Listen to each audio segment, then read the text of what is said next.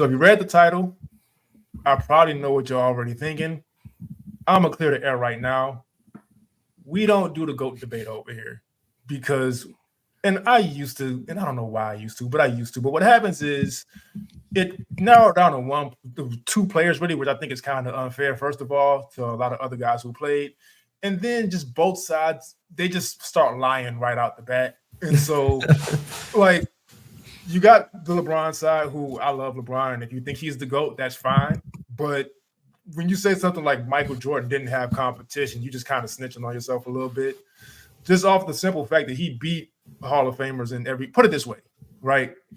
So if you're going to say LeBron has an excuse because he went against 4 Hall of Famers, you got to acknowledge the 86 Celtics who had Dennis Johnson, who was a Hall of Famer before he got to Boston. You got to mention Larry Bird, who's obvious. Kevin McHale is one of the best power forwards of all time, and Robert Parrish is one of the best centers of all time. He never beat that team, but he did beat the Pistons, who had Isaiah Thomas, Joe Dumars, and Dennis Rodman, who are also Hall of Famers. And so you have to do that. And on the other end, you got the Jordan people who are LeBron's finals record, which to have a finals record is impressive enough. LeBron's not having a killer instinct, quote unquote, which isn't really a real attribute, but he does have it. It's just in a different way. He's not trying to kill the player across him. He's trying to kill the coach. And I think by now we should have probably picked up on that. And for me, I just feel like that conversation, it's gotten to a point where the quote of comparison is a thief of joy just starts to come to mind for me, to where it's like, I grew up loving LeBron. And I also grew up in the era of ESPN Classic, of NBA Sheet Volume 2, having the loading screens that'll tell you about the legends and all this stuff. And so for me, it's just like, it's fine to just appreciate and love all these players. We don't necessarily have to pit them against each other.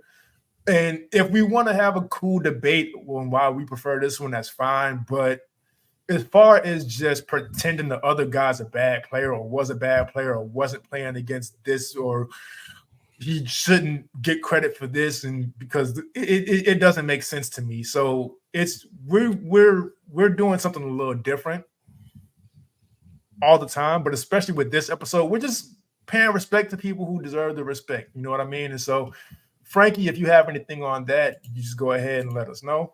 Yeah, man. You mentioned NBA Street Volume 2, so I got to mention Bonafide is the top 5 guard of all time. Stretch, one of the best threes to ever do it. No, it's just fun talking. Everybody's gonna have your opinions. Everybody's gonna have your perspective.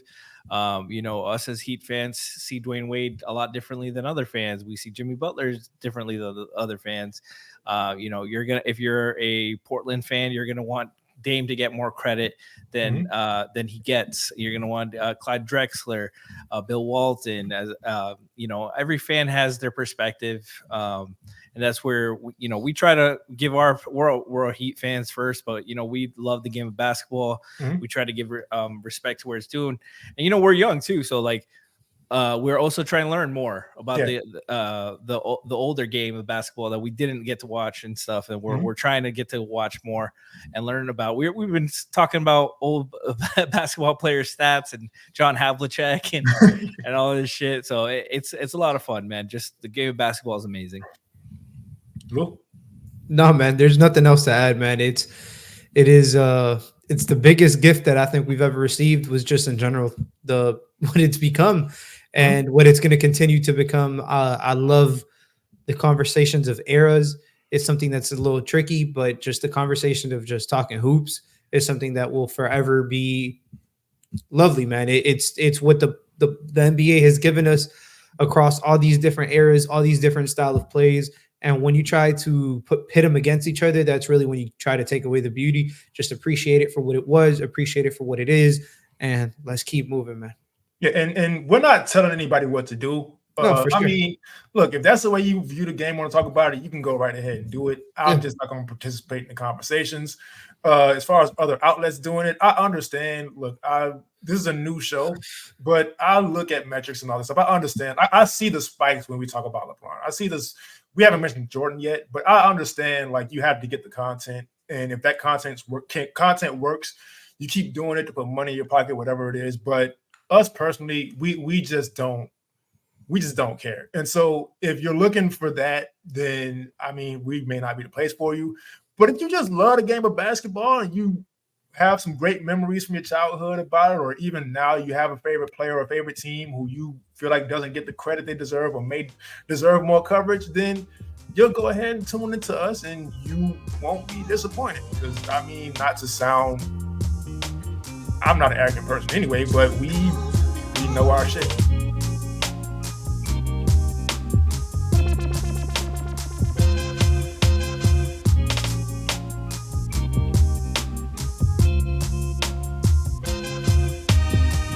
Ladies and gentlemen, welcome to episode 10 of Playoff Foul. Now, if you're watching on video, Lou wanted us to mention we are wearing the same clothes as last episode. That's because we recorded last episode about 15 minutes ago. Yep. So that's what it is. But got Frankie G with me. Frankie, how you doing today? I'm still doing good. Very tired. Very tired. We're putting in work. I feel like Tom Thibodeau. A Tom Thibodeau player right now, just pushing through the max. My back hurts, you know. Got to get that little old dang spinal tap right now. But we ready to go. So I've already played 48 minutes, and I'm about to play 5 more in overtime. It's a close game. I got to edit, upload, but hey, we getting it together. You know what I mean? We getting this content out. We have also enough. We have lives outside of this that we have to tend to. And so, look, man, comment, rate, subscribe. You know what I mean? Because my goal is to be able to quit my day job. So the faster I can do that and tend to this and get them, my co-hosts, to be able to quit their day jobs and move this thing along, the better. And so, Amen. Hey, man, Lou, how you doing? Oh, man, I'm doing great, man. I feel like Tyrese Maxey with Nick Nurse playing 42 minutes in a blowout game. It doesn't matter, but you got me out here hooping, man. I'm here for it. Yeah, man, we getting it together, man. We got people who follow us already, you know what I mean, who like the show, who appreciate the show. Comment, rate, subscribe, continue to do so. We're going to keep giving you this content because, like I said, I got big plans for this thing. We're just trying to make it work. But we're going to get into this right away because it's late at night and I have an even later night to get to. All time, all defensive first team. We're doing this sort of like a draft. We're not choosing our team right away. So that being said, if one person picks a player, the next person cannot. But at the end, we're going to explain how we're going to get these teams to work defensively, how they work together. It's not just random names. You know what I mean? Like we're trying to really do something here, something a little different. So I'm going to go to Frankie first. So Frankie, who is the first player off the board for you? Oh, man, this is tough. First pick is a lot of pressure for all defense. I don't think this guy is the best defender of all time. He's up there, but I think if you want to make it work on both ends, you got to go with the best guy, and this guy definitely has the accolades. One of the only guards to win a DPOY. One of the best at steals. Very versatile defensively. Michael Jordan, you know, his airness, could guard point of attack, could guard on the wing, could play up his big ass hands, his athleticism.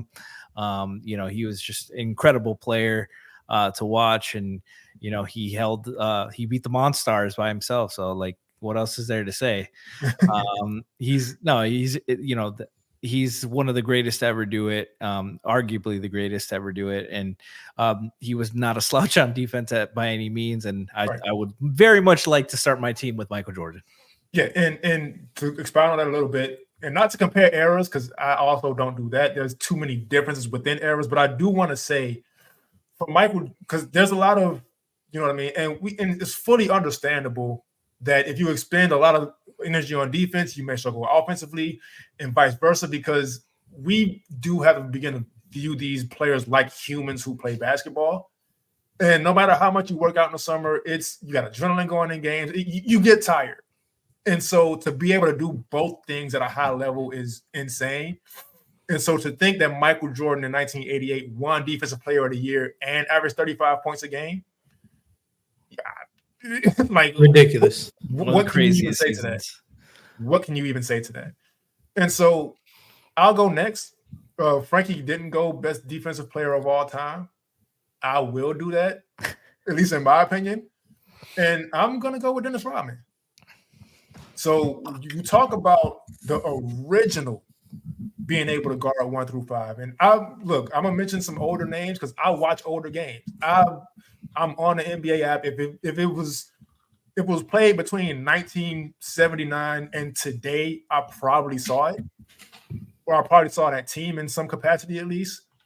And so I've seen Dennis Rodman shut down point guards, and I've seen him give Kareem Abdul-Jabbar a real hard time.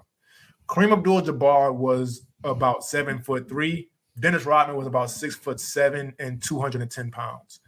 Mm-hmm. And Kareem Abdul-Jabbar had trouble scoring on him. Magic Johnson had trouble getting past half court on him. This is arguably the greatest point guard of all time. And it's just Dennis Rodman kind of gets left behind because of not only him not scoring the ball, but he gets viewed as he did it like the guy who partied a lot, the guy who went out a whole bunch, but he doesn't really get mentioned as a 5-time NBA champion a whole lot. And to win championships, you need an elite defense. And Dennis Rodman was the anchor of every defense that won those championships, including 1989, where he went against the Lakers and shut down Kareem Abdul-Jabbar. Two-time depoy. And so it's just like, man, greatest defender of all time, in my opinion. I'm not going to argue. Lou? No, you're not going to get an argument from me. I'm gonna take this a different route because I'm gonna go by a position of scarcity. Now I don't want to say scarcity. I just think the position where I think by far like this player is the best defender at this position, and that is the glove. His name is literally what it is Gary Payton.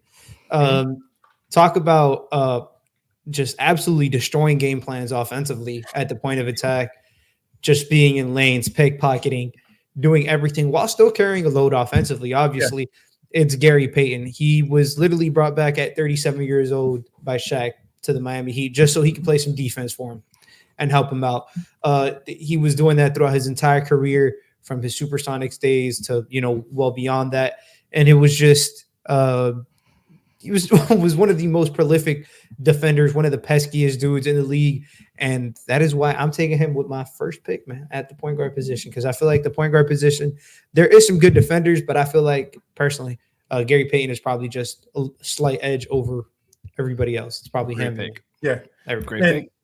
I'm going to correct myself real quick. Remember, it's late at night when we're recording this. So it was actually the 1988 finals and the Pistons lost, but the point still stands. Dennis Rodman was out there guarding Magic Johnson, and he was out there guarding Kareem Abdul-Jabbar, and he was doing a great job on both of them. And we'll do sort of a snake draft this time. So Lou, you can go ahead and pick again. Oh man, so I'm gonna accompany Gary Payton with somebody who I think also has every ounce of that dog in him, and that is Ben Wallace. I was gonna save it because there's a lot of very good big men, but I got to take the guy who leads the NBA all time in defensive player of the years, a man who came into the league undrafted and literally headlined the Pistons defense for damn near a decade to slightly above that, like just making them literally like just unstoppable on that end, helping them accomplish championships, morph to any scheme. He was about 6'9", 6'10"-ish. Like he wasn't the biggest dude at this time because, at this time it wasn't like, small ball fives were a thing or any of that, especially when you're going up against the Shaqs of the world and, different players of that mold. And he was still holding his own, shutting everything down. The ultimate hustle player. Like he made a living on that end of the floor, and that is why I will be taking him with my second pick. Okay, so my second pick, I'm gonna go with a big man who is known for his offense, but should have some credit for his defense. And that big man is Hakeem Olajuwon. Yes, sir. You can get into where you rank him as greatest big of all time. I don't know. I don't really care about that. But defensively, when you talk about a center you can rely on for about 5 stocks who can get out and guard the perimeter at above 7 feet, who can, like I said, protect the paint, not shut down point guards necessarily, but hold his own. And if he does get blown by, he had the athleticism and the instincts to recover, who didn't fall for pump fakes, look, we know how proficient he was on offense, how he was the same way on defense, as far as the discipline, as far as reading his opponent, as far as reading what's going to happen on the floor. He's somebody who just doesn't get the credit he deserves necessarily in general, but especially defensively. To be able to average 4 blocks a game and not go for blocks like that is crazy enough. And then to also be able to steal the ball, to be able to pickpocket guards if they come near you. It's like, man, he had to get some credit at some point on this show in some way.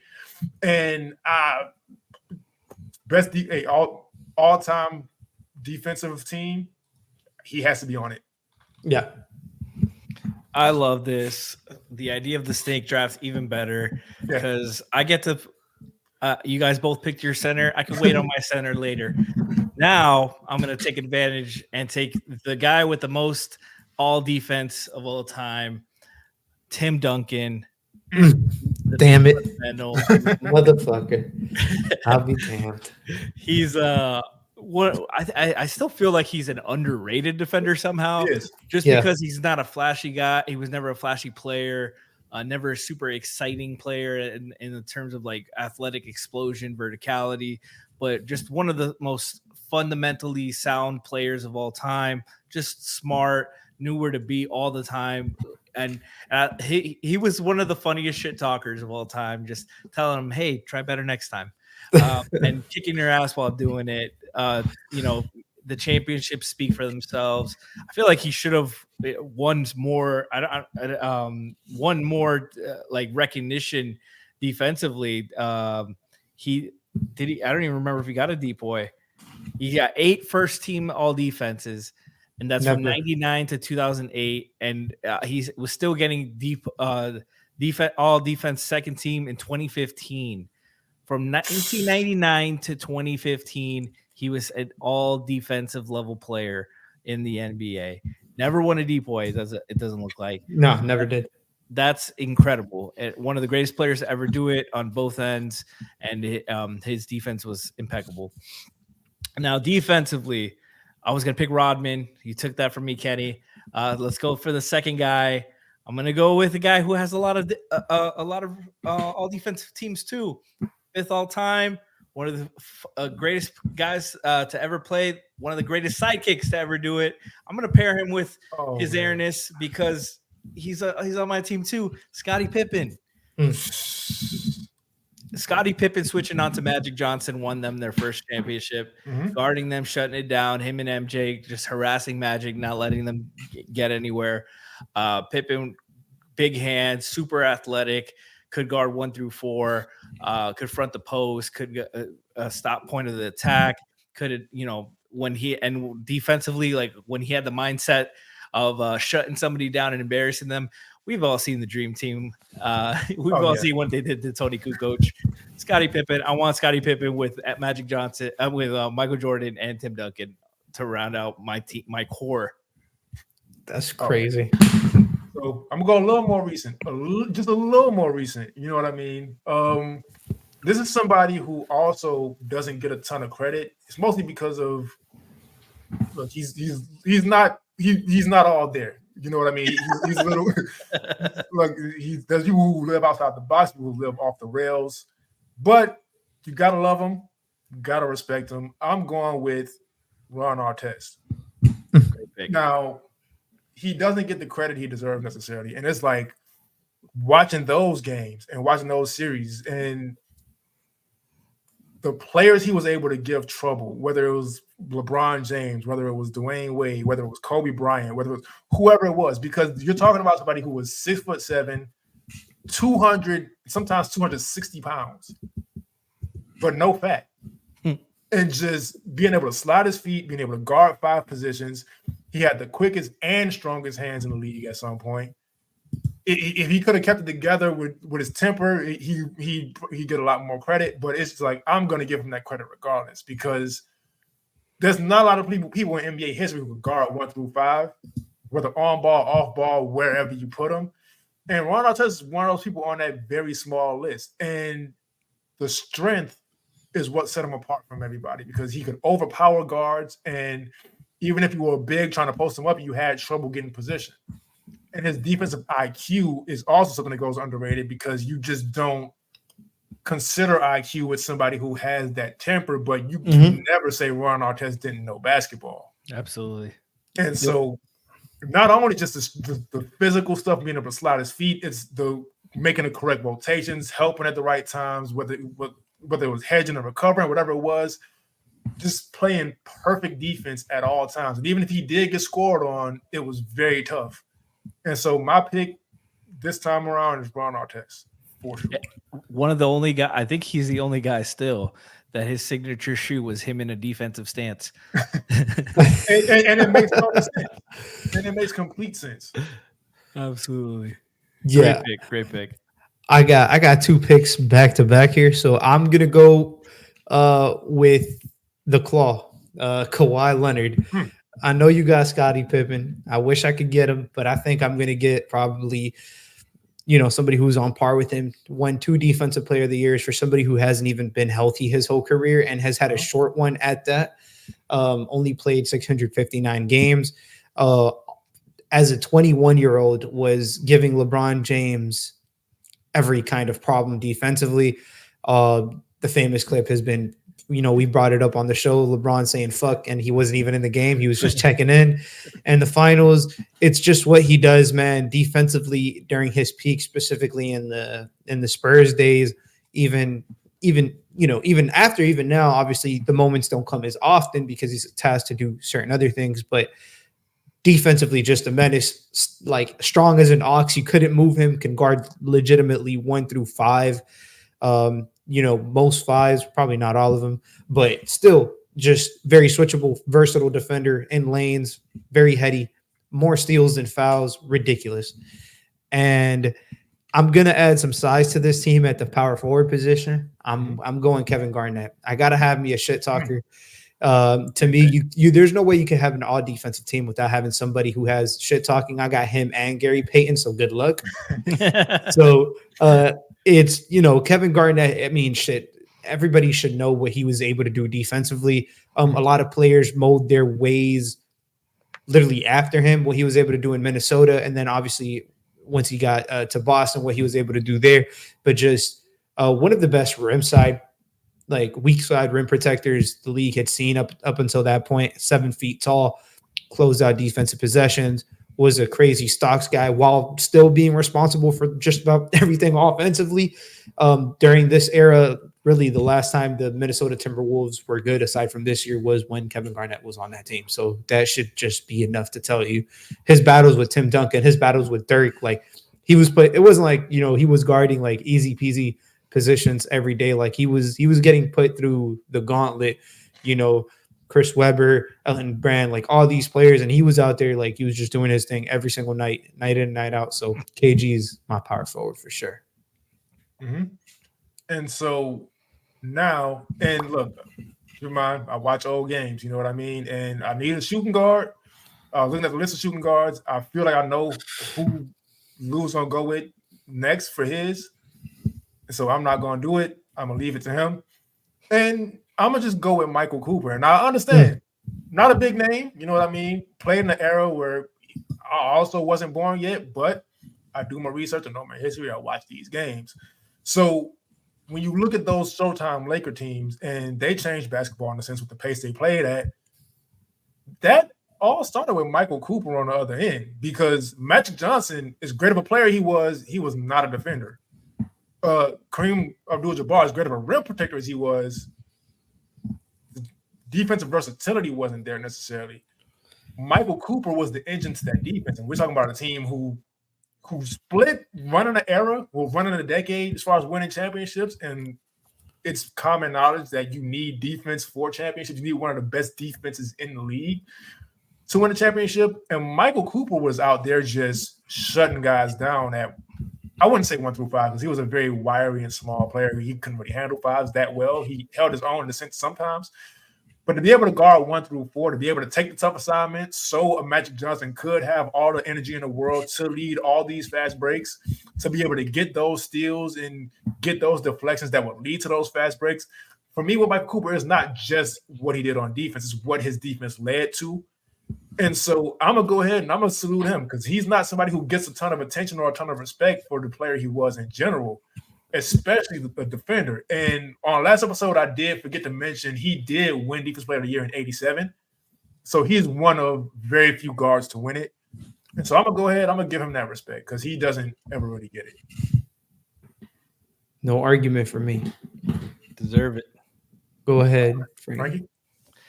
All right, so I'm going back and forth with my guards because I don't know who Kenny's going to pick for the one. There's a lot of great candidates. I'm going to start with my center first because I could get to talk about some honorable mentions. Dwight Howard was an all-time great, 3 in a row. Rudy Gobert's doing it. A lot of great things defensively. Current era, we got to shout out Alonzo Mourning, 3-time DPOY. A lot of great guys. I'm gonna go. Who wants to sex Mutombo? Come on, Dikembe Mutombo. No. The finger wag. 4-time DPOY, tied most all time. Doing it in the 90s where you had to do it against Hakeem, David Robinson, Patrick Ewing, Zoe, like Shaq. Like you had to face the some of the premier big men of all time. So I'm going to go with Mutombo, and I'm not going to regret it at all. Point guard, a lot of great guys, but I'm going to go with a throwback guy. Dennis Johnson has 9 all defense selections, 6 first team. He was the point guard for the Boston Celtics in the 80s. One of the greatest defenders to ever do it. The steal by Bird was started by Dennis Johnson and got the steal, the layup. One of the greatest to ever do it. A lot of great candidates. And I want to let Kenny talk more about it when he makes his pick, but there's a lot of great point guards. It's not just Gary Payton. A lot of great point guard defenders out there. And it's arguably one of the hardest positions to guard. Because of because you're 95% of the time you're at the front of the line and everything's happening behind you. You got to be able to be aware of screens and navigation and everything. And that's one of the hardest things to do in basketball. Anybody who's had a screen set on them and their big man didn't call it and you ran into that screen, what I'm talking about. But Dennis Johnson, respect, one of the greatest to ever do it. And so my point guard, and I had 2 I was going to choose. I knew Gary Payton was going to be I knew he was going for first sure. For point guard. Sure. So my point guard, I'm going to also go a little older, and I'm going to have to go John Stockton. Now, the off-the-court stuff, look, I'm not getting into all the vaccine stuff, and I'm not having that conversation. I'm talking basketball, and as far as John Stockton goes, the way he looked would kind of mislead you as far as the kind of defender he was. White guy, like crazy 80s white guy haircut, short shorts after they were stopped being cool for a long time. And he was pretty small, or at least seemed that way. But his lower body strength and being able to surprisingly guard up at times, you couldn't set a screen on him. He had the defensive IQ to where he was physical in a way to where he wouldn't get foul calls, but you would still feel the pressure from him. You would still leave the game with some bumps and bruises, which being able to do that on defense, especially in an era like that, it is a positive attribute because it takes a lot of smarts and a lot of IQ to be able to get away with that stuff. And it's not even just getting away with stuff. It was also his instincts. He's, if I'm not mistaken, an all-time leader in steals, and that is not a fluke. He had great hands. He had great instincts on ball and off ball, getting in passing lanes. Like I said, being physical on ball and just having guys kind of lose sight of where the ball was, even if they were dribbling, being able to get into guys, being able to use his lack of height to his advantage, being low to the ground and close to the ball, being able to time those steals and get a hand on them when the dribble was on the way up, like you're supposed to do. He was just an incredible defender. And I don't think he gets the credit he deserves. One, because of how he looks. Two, the area he played in. And also a two-way guy. We're talking about defense right now, so we don't have to get into him, you know what I mean, being able to be relied on for 14 assists a game. But a lot of that pace, it wasn't just the pick and roll with Karl Malone, who we definitely not talking about his off-the-court stuff. But it wasn't just pick and roll. It was a lot of stuff was also it was also started from John Stockton's defense and getting those deflections, getting those steals. And so I have to give him some credit for that as well. So he's my part around my team. Great pick. No, absolutely. And for the to close off, I believe this entire draft, I have to go. I need a shooting guard. This player is like a 2-3 tweener. There's some great talent left on the board. Some honorable mentions, you know, guys like Tony Allen, who I'm not picking, Kobe Bryant, who I'm not currently picking, Dwayne Wade, who I'm not picking. I'm going with LeBron James, but I'm going with Bruce Bowen. Talk about a man who is literally his sole job throughout his entire NBA career was that's their best player. We need you to guard him for 36 minutes that you're going to play. And Bruce Bowen, you could say a lot of great things about him, not many offensively. So it wasn't like this, you know, it wasn't like he was out there because he was a two-way player, so he was given a chance. No. He had one task and one task only, and he did that to a T. He has 8 all-NBA, all defensive selections, and just an absolute menace, dug into players in all kinds of ways, guarded from 1 through 3 essentially, as well as anybody did in the league for that amount of time. It helped that he had Tim Duncan behind him. Now he has Kevin Garnett and Ben Wallace. So, man. And so to round things up, so my all-time all-defensive team is John Stockton at the 1, Michael Cooper at the 2. I had Ron Artest at the 3, Dennis Rodman at the 4, Hakeem Olajuwon at the 5. Switching everything if we need to, depending on the matchup. If not, we can also have Hakeem in the drop. Look, and if you think you're going to just post John Stockton up and just take advantage of him, that's not how that works. He wasn't that guy. That wasn't going to happen with him. And it's just a lot of defensive versatility. I really wanted some versatility on my team. And this is a tough thing. Listen, if you just listen and you think it's not, we still have to. If somebody picks our guys, we still have to make these teams be able to work defensively, and we have to come up with how we will make it work. So it's not an easy thing. And so, man, my team got a lot of defensive versatility, a lot of defensive ability, a lot of deflections, a lot of block shots. My team is tough to score on. Yep. 100%. I'll go next. Real quick, a couple guys we didn't mention. Jason Kidd, 9-time all-defense. Chris Paul, 9-time all-defense. Bobby Jones, 9-time all-defense. Kareem Abdul-Jabbar, 11-time. Kobe, 12-time. Draymond, multiple-time Depoy, Giannis. Like, there's a lot of great defensive players that we couldn't mention, all of them. My starting 5, Dennis Johnson at the 1, Michael Jordan at the 2, Scottie Pippen at the 3, Tim Duncan at the 4, and Dikembe Mutombo at the 5. So I got my 2 and 3 are 2 of the best to ever do it, the best duo to ever do it, and they got Duncan, who can guard 4s and 5s, can switch, can move his feet laterally very well, stay in front of guys, and alter shots, quarterback the defense. Dikembe can fix anything the defense messes up if they ever do, and Dennis Johnson, pesky player, competitor, winner, got one of the all-time steals leaders, and just a menace defensively, and I'm confident my team is going to get out and run and get a lot of steals and stops and go.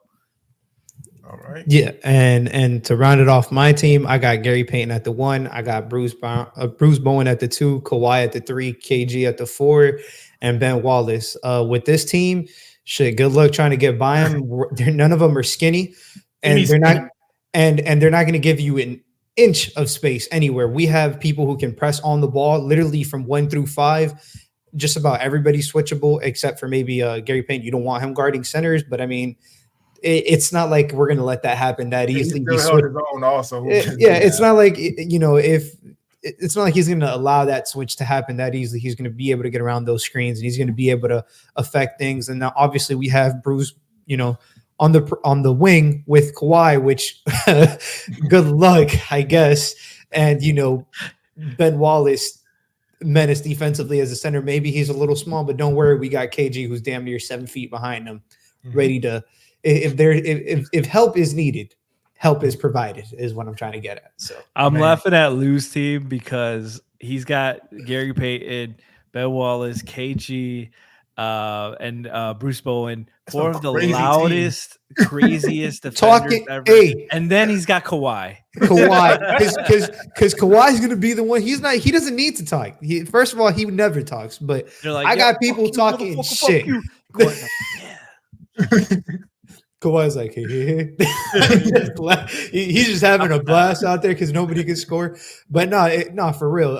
One of the reasons I picked this team too is I think in order for it's just a different edge to it when you're talking shit on defense, man. Like it is what it is. Like some players are in the league for a lot longer than they should be sometimes just because they're talking shit and playing defense. And getting in the opponent's head and talk about a team that's going to get under your skin.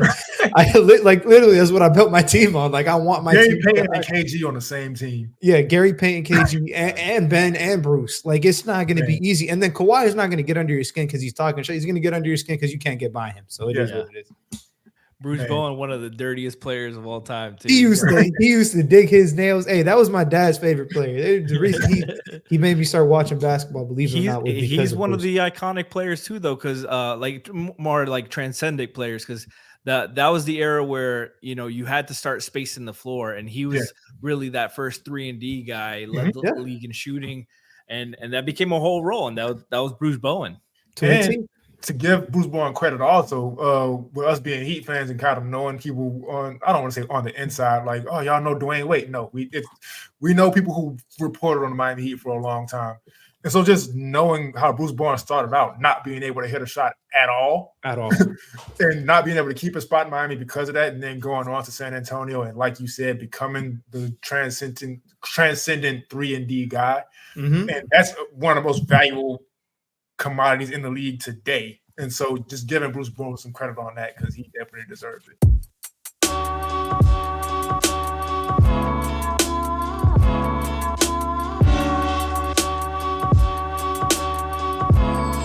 So all-time All-NBA team. And I'm going to reiterate before every segment on here. These are not GOAT debates. We don't have those conversations. So anyway, Frankie went first last time. So, Lou, you can start off. Snake draft once again. Who is your first pick on the all-time All-NBA team? I'm taking LeBron. Wow. I'm taking LeBron. It is what it is. Give me the guy who can do literally everything on the floor, who has no real weakness, whether it is playing point guard, whether it is playing small ball 5, even if needed, whether it is whatever you need. Like that's what LeBron provides. He provides pedigree, championship experience, proven leader, and there's not really much else to be said. And I also think there's a slight drop. No, not a slight drop off. I just think he's elite. So I think he's a lot better than the second guy at the small forward position. Yeah, and so I could agree with that 100%. Now, let me reiterate: these two players being next to each other, we're not comparing the two. We're not comparing the two. I'm just building a team, man. We're just building teams here. It's not a debate. We don't care who's better or worse or whatever it is. But I got to go with Michael Jordan. Yeah, absolutely. We mentioned earlier in the episode, anytime you can win Defensive Player of the Year and average 35 points per game in the same season in a slow era. Understand, like the final scores back then would be like 89 to 76. Mm-hmm. So if you're going out there averaging 35 and then also locking up on the other end, and that's just one of his seasons. And then Phil Jackson comes in and he's in his triangle offense. It's supposed to kind of restrict you offensively because you're really sharing the ball and it's moving, and he still goes out and he's one of the best. Well, he's the best offensive player in the league as well as defensive. And then you think about the fact that he was rookie of the year in 1988, when I believe he averaged 28 points per game his rookie year. Not in 1984, I'm sorry, which is ridiculous enough when you think about it. It's also 1984. And then in 1998, when he retires, he retires as the MVP. And he's a 6-time champion. And like the accolades go on and on for Michael Jordan, but it's just you first team, he has to be on it regardless. Like, and no matter what, he just has to be on it. And so that's my pick for sure. My first pick. At this point, I would argue this is one of the most underrated players of all time, Kareem Abdul-Jabbar. I agree. Like the fact that this is like so many people consider it, you know, like we talked about, we're not really going to get into the GOAT debate, but the fact that people say it's like a foregone conclusion that it's a 2-guy race, I disagree. Kareem has his accolades speak for themselves on every level. On every level, 88-2 in college, won 3 national championships in 3 years in college, which is insane. With you consider you got to do the whole tournament. He won 6 championships in the league. He's a 12-time all defense in the league. He has the longevity. He has the peak. Won in LA, which is a lot of pressure to win. There, he was the all-time scoring leader until LeBron passed him, and that record held on for a long ass time. One made 3. With one made 3, and in a completely different era, all 2s and free throws. Like, I don't think it's. I think more people need to be aware that Kareem was that dude. Absolutely. And for number 3, for my second pick. I'm really struggling between 2 guys. I'm gonna go with the guy. It's very close. It's ironic that for me it's these 2 guys that went back and forth their whole careers. But I'm gonna give the edge to Magic. Magic Johnson. He's gonna be the greatest point guard in my opinion, paired with the greatest center in my opinion. Dynamic duo, won together 5 championships, 3 MVPs, 3 Finals MVPs, 12 All Stars, 10 All NBAs. Like. He would, and he did that in a very short span. He retired at 31. Yeah. And he came back like 4 years later, played one more season with the Lakers. But this is a guy, when we talk about NBA what ifs, I don't think I think he kind of gets forgotten because he did get to play, and it wasn't an injury, and it wasn't like a regular injury, right? And he did get to have a whole career, but that would we still missed out on. Maybe 8 to 10 years of Magic Johnson. And even when he came back with the Lakers in 90, I think it was 95, 96, he was still a very positive, impactful player at 35 years old, playing the power forward position. I am losing no sleep having Magic Johnson run my unit. No, the year he came back to the year that he wasn't allowed to play anymore, but they let him play in the All-Star game. And this was back when the All-Star game wasn't like what it is today. They were competing out there. They were competing, and he was dogging everybody, man. He was like, I'm still Magic fucking Johnson. So I have nothing else to say about it, for sure. All right. And so my second pick, and you know what? I'm not gonna go Hakeem because I chose him defensively. I'm gonna go with Stephen Curry. Damn. He's still in the league. I understand it's the all-time thing. We mentioned a lot of old school guys. I understand, but I'm not mad at that. We're talking about all time. Now, Steph Curry, greatest shooter of all time. Yep. Not all he does. We're talking about off the dribble. We're talking about from the logo. We're talking about one of the best finishers of all time. He doesn't get the credit for his finishing. He doesn't get the credit for his handle. He doesn't get the credit for his playmaking. He's improved defensively over the years. He doesn't get the credit for his rebounding. He's a lot more versatile than he gets the credit for because he's so great at shooting. And he's also a multiple-time champion. The Finals MVP stuff I don't care about because, I mean, this is a historic show, so I can give context. The year Magic Johnson won it the first year because he played center in that one game. Kareem averaged 33 in that series. And so Finals MVP has never been like something that should be like, I don't want to say taken serious because it should be taken serious in some sense, but it's not the end all be all. It's not the end all be all. And so I don't knock Steph Curry for only having one Finals MVP. He's still Steph goddamn Curry. And Iguodala won it over him because he guarded LeBron. Like, yeah, He held LeBron to 35. That's what it was. what a generous. like we not gonna sit there and No, I discredit love Steph Iggy. Curry at all. Yeah, I'm saying we're not gonna discredit Steph Curry. So Steph Curry, he has to be my second pick. I don't care. He's not retired. He's still playing. Steph Curry is my pick. So that was gonna be no, I'm not mad at it at all. That was gonna be my pick. I'm gonna keep it a band 50, but I'm gonna go with the guy who has beat LeBron in the finals. I'm gonna go with Tim Duncan. I think he's clearing away the best player at his position all time. Just Mr. Fundamental, did literally everything on the court. Really had, for what he was asked to do, had no weaknesses. His weaknesses never showed. I'm pretty sure if he played in a different era, he would have spaced out to the 3-point line because he was so efficient as a mid-range shooter, so it doesn't even matter. But defensively, we talked about what he did. Playmaking-wise, his ability to create space, his ability to, defensively cover ground, as well as offensively have a post game, have a face-up game, get around the rim, crash boards, facilitate out of the high post. Just Tim Duncan was, man, like probably one of the most boring players in the NBA because he was just so damn like basketball to a T. That's what his thing was. So him and LeBron at the 3 and the 4 is going to be a nice little way for me to start off with. And I guess I'll have to pick again. So I'm gonna go to the center position.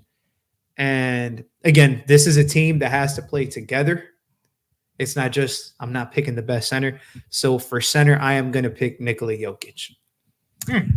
Oh, that's tough. The reason I'm doing it is I'm trying to give LeBron, I'm trying to give Timmy some spacing. I have 3 insanely intelligent players on both sides of the court while Jokic isn't the best defender. And obviously I know that there are all-time centers that are better than him. I'm building my all-time lineup. I'm doing what I'm supposed to be doing. I have 2, if not 3 of the most efficient basketball players the game has ever seen. So I have 2 of the best. I probably have the best passing center and the best passing small forward the NBA has ever seen. So I'm feeling pretty fucking confident with my team so far, for sure. Man, that's tough. I'm shocked. Yeah, you said center position, and I again, there's some players that I'm pretty sure somebody's going to take that I haven't taken at center that I do think are better all time than Jokic. But again, I'm building a lineup. They have to play together, man. I need some spacing. I'm a spacing kind of guy. You were scaring me when you said you was gonna go with the centers. I thought you were gonna go with my guy. Man, I look. I got Steph Curry out there on the perimeter shooting from the logo. Shit, don't do it now. Hey, you know where I'm going. I gotta go with Shaquille O'Neal, man. Damn.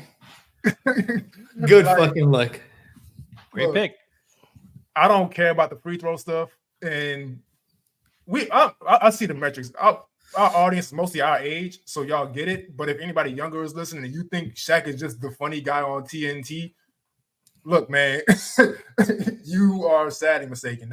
We're talking off air about the conversations about Shaq not being able to play in this era. Look, Shaquille O'Neal, I'm not even gonna get to the obvious because people just think, all he was doing was dunking on people. Shaq had some of the best footwork we've ever seen from a center, regardless of his size. At one point, he was near 400 pounds. He was agile up until he got to Miami and kind of started to get old. But he had agility. He could jump out of the gym. I think his vertical, think about his size, I think he had like a 36-inch vertical or something like that. But at 300 plus pounds, that's ridiculous. He had a handle. He could handle the ball. One of the most underrated passers in league history. And that was a real issue because obviously you cannot, you need 3 people on him and he's still going to dunk it. But if he decides he's not going to dunk it, he knew where everybody was going to be. And he was, like I said, one of the most underrated passers in league history. The defense stuff, he wasn't a terrible defender. He was just, there wasn't a lot of scheme versatility necessarily as he got older because he got slower. But even still, that's a big body to have out there on the perimeter to try to get past it. So it's tough, man. So And he'll tell you himself, he's maybe not the best center of all time, but most dominant player, absolutely. So my pick is Shaquille O'Neal. I love that pick, Kenny, mainly because you could have taken the center as your last pick since we both took our centers, and you didn't take my guy. I get to get both of them. Really? The one of the transcendent duos that never played together, Magic and Bird. Oh man. Give me Magic and Bird. Come on. I own the 80s right now. Larry Bird, like I was struggling to pick one of them. I got both of them. Larry Bird, 3-time champ, three-peat as an MVP, 2 finals MVPs, 10 all NBAs, 12 all stars. And another guy that his injuries shortened his career, his back injuries, but this guy was a triple-double machine. Yeah. 37% from 3. I get to pair Kareem, Magic, and I give him Bird.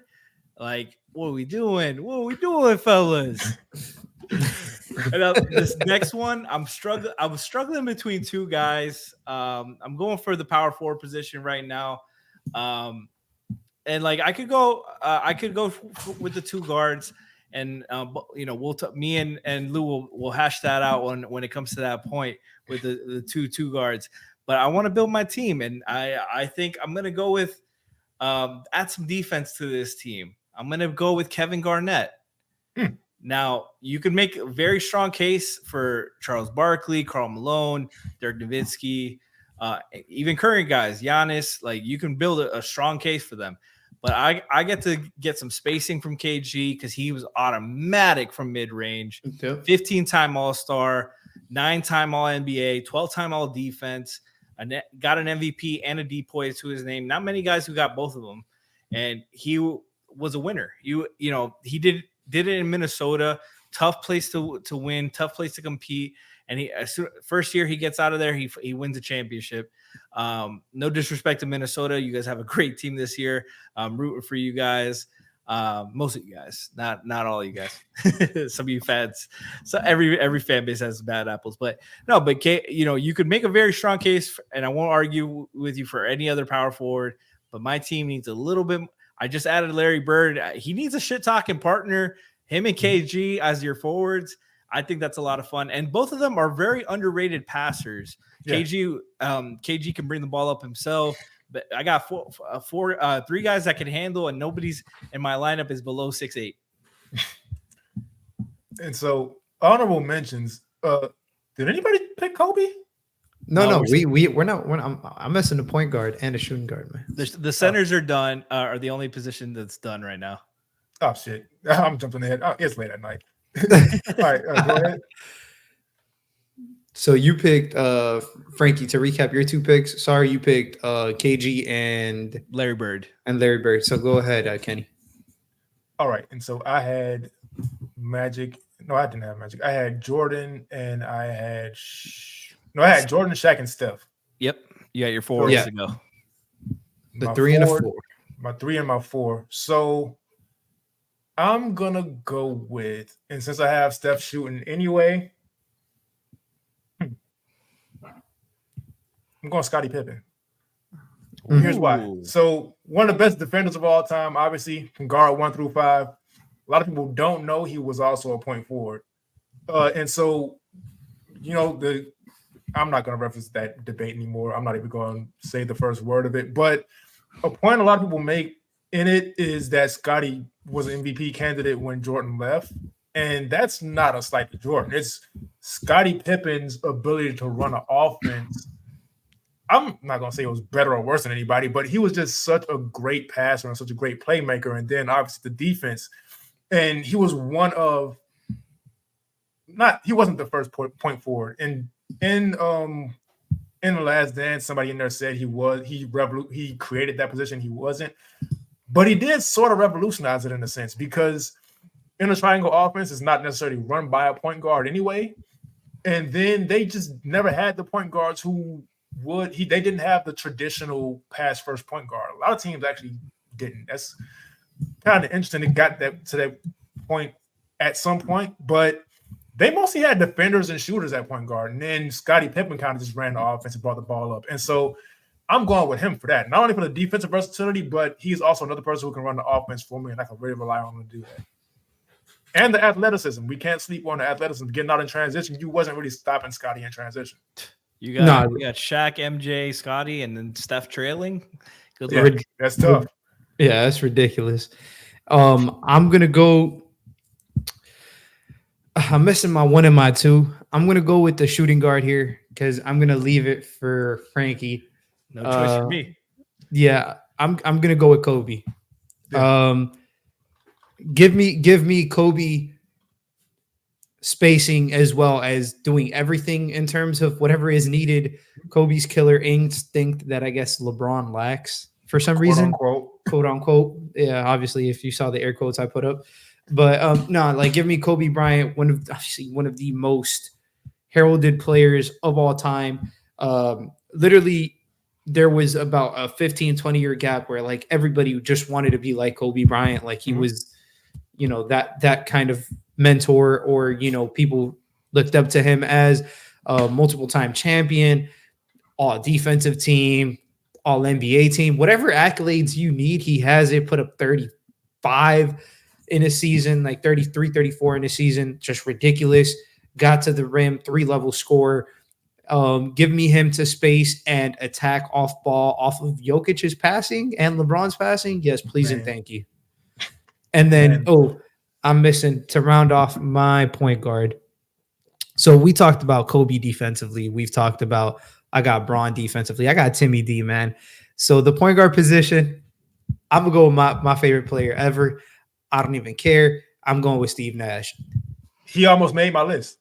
Not a bad pick. I'm going with Steve, man. The reason I'm taking Steve, obviously, I think everybody's picked their point guard. So, we're going to give some special shout outs. Obviously, CP3, John Stockton, some of the guys that didn't make the list. My personal reason for picking Steve Nash is one of the greatest playmakers ever, one of the best 3-point shooters ever. I'm not just talking off the catch. I'm talking off the dribble. I'm talking off motion. Whatever it was, ran one of the best offenses ever. Give me him. Give me Steve Nash, LeBron James, Nikola Jokic, operating, facilitating, creating spacing for a team. Yes, please and thank you. If you thought him and Amari was good, him and Timmy D, him and man, come on, man. And not just that, bring me this version of Steve Nash today, which, he's famously said after he retired that if he was to come back and play in the league, he would shoot more. Yes, please give me that version of Steve Nash, because that version would get regarded in other tiers that he's currently not being regarded in. Obviously, defensively, there's some lack there, but it doesn't matter. We got Kobe and LeBron out there, so they could take some breaks offensively, let Steve Nash deal with that, and they just guard up on defense. So I feel real comfortable with my team. And so you know what, man? I'm gonna round it off with my power forward. He wasn't even on my list, but just looking at my team, looking at how nobody chose him, and y'all gonna figure it out once I say this. I got Shaq down low.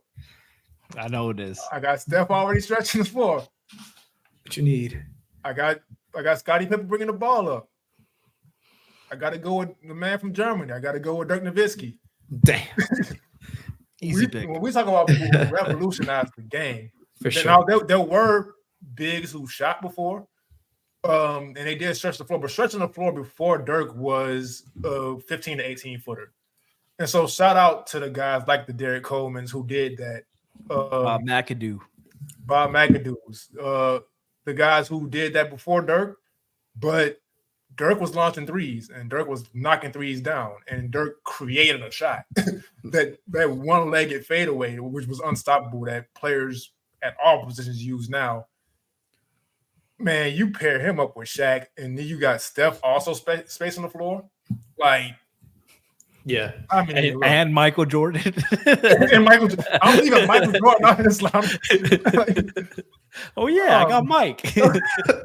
Man, I almost forgot we gotta get him the ball too. Shit. Man, that look, man, Dirk, I feel like, and I don't even say that because I didn't even think about the fact I live in Dallas now and I pass by the statue almost every day. But he kind of gets underrated, I guess, because of his defensive limitations, or he wasn't quote unquote banging down low. Even athletic. Still, that shouldn't be he wasn't quote unquote athletic. But there just has to be something said about being unstoppable at the end of the day and revolutionizing the game. And I think Dirk Nowitzki just did both of those things. And so I got to round my team out with him. No, and he doesn't get credit for wanting to win after that 2011 championship, which one of the greatest finals runs to a championship of all time, beating KD, beating Kobe, beating LeBron, three of the best to ever do it. And he gets it gets forgotten that he was taking discount after discount so they could surround him with talent, and nobody came stupidly to play with Dirk, because he's one of the easiest players to play around. Like there's a lot of players, even guys on our list, that weren't easy or fun to play with all the time. Right. And I feel like Dirk is absolutely one of the guys that all his teammates love playing with and loved fighting for. So that's a great pick. I'm going to give shout outs to the guys I'm not going to pick first, because I got to round it out with my 2 guard, Tracy McGrady, my favorite player growing up. I think most players, most people in that time frame love T-Mac. Orlando T-Mac was revolutionary. Ray Allen, one of the greatest shooters to ever do it. Jesus Shuttlesworth, I love him. He's one of the only non big 3 Heat players that I have his jersey. Reggie Miller, Allen Iverson, Jerry West, the logo, James Harden. But I'm gonna go with Dwayne Wade. I'm sorry. I'm not sorry. Got to. Third best shooting guard of all time. Did it in an era with no spacing.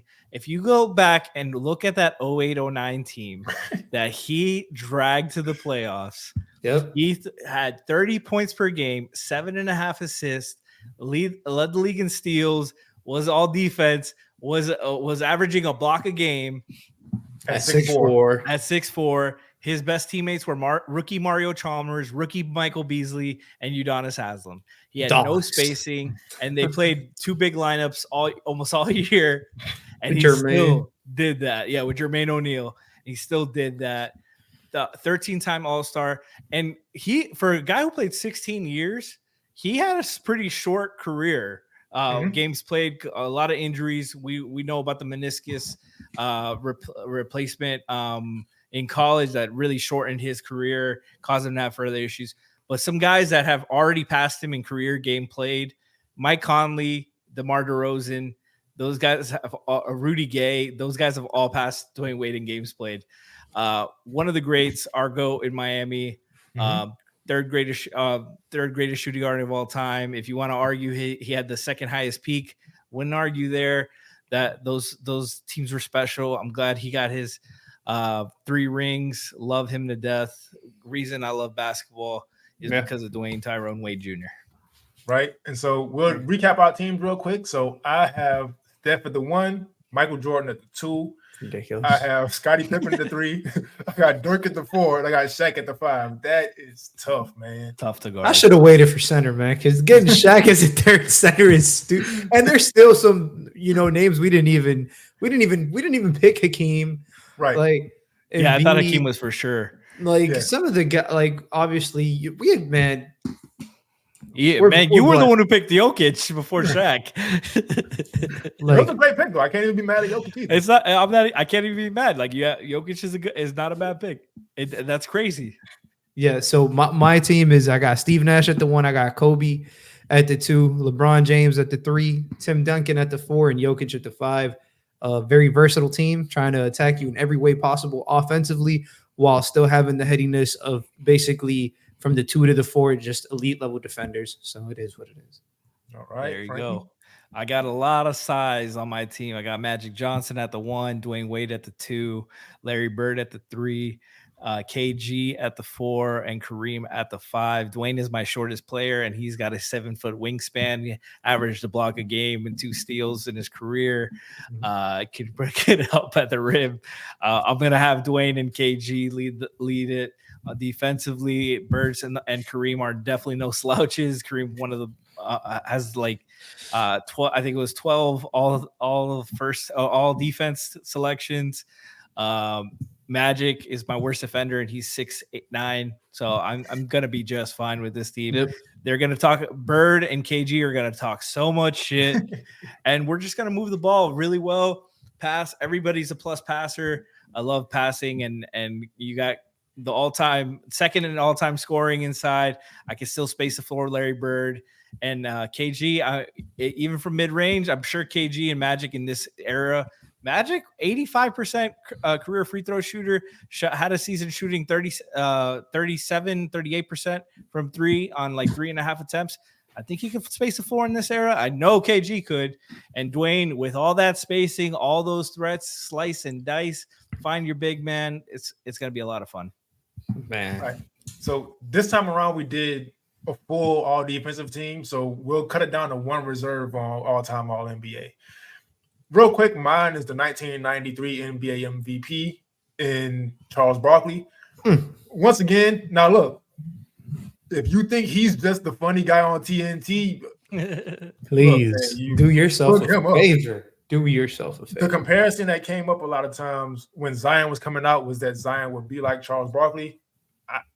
I like Zion. He hasn't lived up to that. You're talking about somebody who was 6'4" at power forward in an era where it wasn't 7-foot power forwards yet. KG brought that in, but it was 6'8", 6'9", 6'10", 250-pound power forward. And Charles Barkley at 6'4" was like, no, get on that left block. I'm posting you up, and it's 2 points automatically. You are not stopping me. It is what it is.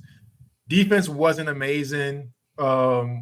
Worst three-point shooting percentage in NBA history, but the three-point shot wasn't really developed yet until really the 2000s, to where people really started to focus on considering three-point shot a good shot. So I don't really hold it against Charles Barkley too much. But we're talking about a power forward who would bring the ball up off the rebounds. He rebounded at a crazy rate, especially to be his size. Just down. I'm not gonna say that. That would be crazy. Shout out to Cameron, but just attacking you relentlessly off those boards. I gotta go with Charles Barkley, man. That's my one reserve. I'll let you go, Frankie, as long as you don't take my guy. I hope I do. I'm gonna. There's a lot of great guys that we could pick, and I'm gonna go with. Hold on, I'm checking to see. There's the two guys I want to pick, but I'm gonna go with Kevin Durant. God damn it! I need some shooting, bro. I need some shooting. So let me add the guy who's 7 feet tall and can shoot to add to my many big guys on the court. Just some versatility defensively. One of the greatest scorers of all time. One of the prettiest scorers of all time. His jump shot so easy, so smooth, can shoot it from anywhere, can attack the rim. Underrated defender too. I don't think he has any all defense selections, but he was very key to those Golden State teams and very good on those OKC teams that competed and that won a lot of games and got very deep in the playoffs. It was between him and Hakeem for me, but I think KD fits my team nicely. Yeah, I guess we'll make a trade. I'll give you Hakeem. No, my reserve is going to be Hakeem, which is crazy. I sound upset about it, but no, he just took the guy that I wanted. No, for sure, Hakeem. Just in case Jokic, I guess, is having issues out there. That's a great backup. Let's just bring a guy who's a menace defensively. One of the best footworks the NBA has ever seen in down low on the block. Those Rockets teams, to all the greatness that they aspired to be, except for every time they played MJ and stuff. But other than that, man, they literally dominated the league. He was super dominant in general, just damn near 5 stocks a game. Super efficient from the field, 51%. And he shot 71% at the free throw line too. So I have no bad free throw shooters on my team, except for maybe LeBron James. And he's not even he's not a bad free throw shooter. It's just he's average. Yeah, exactly. Yeah. So I'll take it.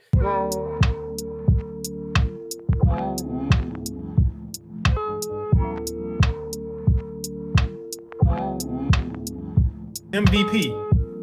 Once again, we are not saying whoever we choose is the GOAT. We don't have those conversations. We don't even have those thoughts. It's most valuable player to the history of the NBA. And that could be whatever part of history you like. But we're not saying GOAT. We're just saying most valuable player. I'm comfortable with my answer that nobody's gonna take it. So I'm gonna let who went first last time? Go ahead, Frankie. I went first. I'm gonna pay MVP of the league because I feel like this guy, all-time great, Hall of Famer. But I think as a person, as an icon, he is one of the most important figures the NBA has ever had, and that's Allen Iverson. Absolute legend. There are so many players who grew up watching in the 90s that wear the one sleeve, the headband, number 3 because of AI, the off the court, the style, the culture, but right now I want to focus on the love that AI brings and talks about players and the era we talk about now. There's not a lot, the basketball cycle is and the news coverage is a lot of the focus is on my era was better, this and that. When I watched basketball growing up, they were better. I liked it better. AI appreciates every era of basketball. He gives love to the guys that are currently playing. He gives love to the difficulty of the game now, the differences. He actually talks about it, and he brings people love and joy. Like nobody says a bad word about AI. One of the most important, influential figures to ever play in the NBA, and I'm very fortunate to have seen him play and love him and really appreciate all that he's brought to the game of basketball. So here's why I can never have an argument against that. Allen Iverson is the reason I got into basketball. A lot of people would assume I'm from Miami, I'm a Heat fan. It had to be D Wade. I started watching basketball the year before Dwayne Wade got drafted. I was real heavy into music first. If you follow me on social media, you know that I also love music as much as I love basketball. So I was watching, might have been 106 in Park one day at home alone, and they showed the A6 commercial, Allen Iverson sneaker. I didn't know who Allen Iverson was, but I loved music, so I knew who Jadakiss was. And I just see Jadakiss rapping with like the coolest looking basketball player I've ever seen in my life. And I was familiar at the time. I knew Michael Jordan because of Space Jam. I knew Kobe and Shaq because they were just larger than life figures. And I knew Alonzo Mourning and Tim Hardaway because I'm from Miami, and growing up, like being a kid in the 90s, they were A-list celebrities in Miami. And Alonzo Mourning would call you to make sure you slept early for your FCAT. That's they had the recordings for those. That's how I knew who Alonzo Mourning was. Yeah, so we were familiar with them. I also sort of knew Brian Grant and Eddie Jones because that was the Heat team at the time. But watching that commercial and seeing Allen Iverson come on the screen and not only just look cool, look like the people who were outside of my apartment. Yeah. Coming up in a rough neighborhood. I had never seen that before. And seeing somebody like that on TV. And he was also rapping, which at 10 years old, like, look, we've all been 10 years old before. If you're a 10-year-old boy, you want to be like anybody who you think is cool. And Allen Iverson was the coolest person I had ever seen in my life at the time. And so I went to my mom's room as soon as the commercial went off. Like, I don't really know exactly what basketball is, but I need a basketball, I need a headband, and I need to grow my hair out. And so I can't argue with you with that. And so Lou, who's your all-time MVP? Man, it's a tough list, man, because it's overall impact on basketball itself, and I feel like it's tough. But I'm gonna go with Kobe Bryant. I will go with Kobe. I'm gonna go with Kobe. It's not the GOAT debate. It's who you think has had the biggest impact on basketball. I grew up, obviously, Miami. Dwayne Wade's the reason I do watch basketball to this day. But it's undoubtable. Every time you went out to the park, somebody shot, they said Kobe. Mm-hmm. You saw that impact all the way from little kids in the playground in the park playing or whatever, all the way up to players today in the league saying that they idolize Kobe Bryant, like he is the one for them. While LeBron is still there, and it's no discredit to LeBron or anything. It's just what he was able to do with the Lakers, obviously having that market, having that influence. And I think a lot of the things, the ultimate reason why I make this decision, and it's kind of tough, it's because he did pass away. So Yeah. you can, sit back a little bit and really appreciate, because the biggest saying is you don't really know what you have until it's gone. And unfortunately he is gone. So due to that reason, I feel like his impact has been even more profound, because all we have are lasting memories and the impact of those memories. And and I'm not saying that if he was alive, this shouldn't be the case, because it still should be the case. I'm just saying it just makes it that much more impactful, I believe. So that is my MVP for the league. I believe it was a moment where the league was looking for the baton from MJ to obviously whoever they were going to give it to. LeBron ended up coming out in 03, but those years, like you stated, between not just MJ retiring, but after he was winning championships to the level that he was, here comes along Kobe Bryant, 1996, really comes onto the scenes with the Lakers in the late 99s, in the late 90s, early 2000s, puts on a magical performance, and then boom, larger than life, Kobe Bryant, for sure. I'm trying not to say too much about Kobe because we have a Kobe episode coming up. So Yeah. I'm it's difficult for me to find something to say. So I'll just leave it at that. I'll just say it's a great pick, and I'll let the audience know we have a lot more on Kobe coming up For sure. So MVP. Now look, let me just say, Michael Jordan obviously was considered, because we talk about the impact on the game. We want to talk about influence. He probably had the most influence on. Well, he definitely had the most influence on the game. Period. As far as people wanting to be like him. LeBron James, no weaknesses on the court, and we also have to give appreciation to who he is off the court. We're talking about somebody who successfully put all his friends on, and it takes a special person to be able to do that. Not only want to do it, but succeed at it. It's a difficult thing to do. You're talking about obviously the basketball stuff, all-time leading scorer, even though he's not no off-court issues, but all-time leading scorer while also being a pass-first player is insane. Just there's not enough that you can say about LeBron or Michael Jordan, but this is not what that conversation is. It's most valuable to the NBA. In my pick, there are actually this co-MVPs. It's Magic Johnson and Larry Bird. Now, if you don't know the history of the NBA, it started in 1946, and it was not a successful business. It was not a successful league. They were on the brink of bankruptcy multiple times. Championship games were tape delayed because it was just like, oh yeah, okay, whatever. NBA Finals, cool. Happy Days is on though. Like, fuck out of here. But no, that's where the league was. It was just not a thing. Magic Johnson and Larry Bird playing a college championship. It's to this day the most viewed basketball game in the history of television. And this game came on in 1979. So then they come into the league and it just shot out of a cannon. And now we have this NBA, this multi-billion-dollar international just conglomerate of a business. And that's because of solely from Magic Johnson and Larry Bird's influence. And then just on the court stuff, these were two just freaks of nature. You have Magic Johnson, a 6'9" point guard with crazy court vision. And that's still not really been replicated successfully too much aside from LeBron, in a sense. But even LeBron doesn't necessarily play point guard. He's the team's primary playmaker, but it's not like point guard all day, all game. Yeah. He's played multiple positions. Larry Bird, I mentioned Scottie Pippen being a point forward earlier on. Larry Bird was the second one. I think Marcus Johnson was the first, but Larry Bird took it to a whole nother level.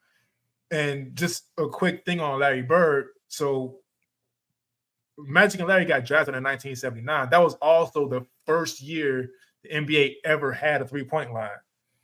Larry Bird shot 40% from three that year. So that's insane. And so much, in all due respect to all the players who played in the game and made an incredible impact, but there is no NBA. There isn't this show. There isn't all the stuff we love about basketball. It just does not exist. They go out of business a long time ago, like the ABA did, if it's not for Magic Johnson and Larry Bird. So those are my all-time MVPs. Great picks. You can't go wrong with those two. And you guys let me get both of them on my all-time team. Come on, man.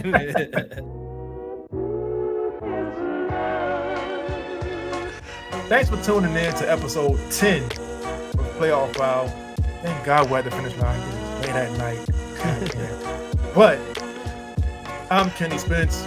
Social media, find me on Twitter, or if you want to call it X, you call it X, at Kenny Spence NBA. Frankie, what's your socials?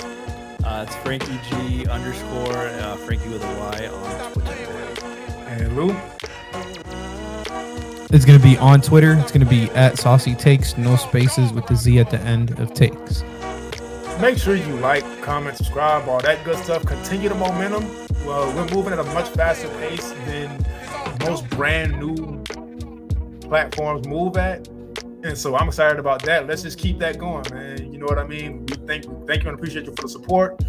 Like the music throughout, that's by my brother, Devin Spence. His Instagram and TikTok is BlackGlowMusic. Make sure you follow him. Make sure you listen to his BDPs. He has 2 out right now. And we'll see y'all next time.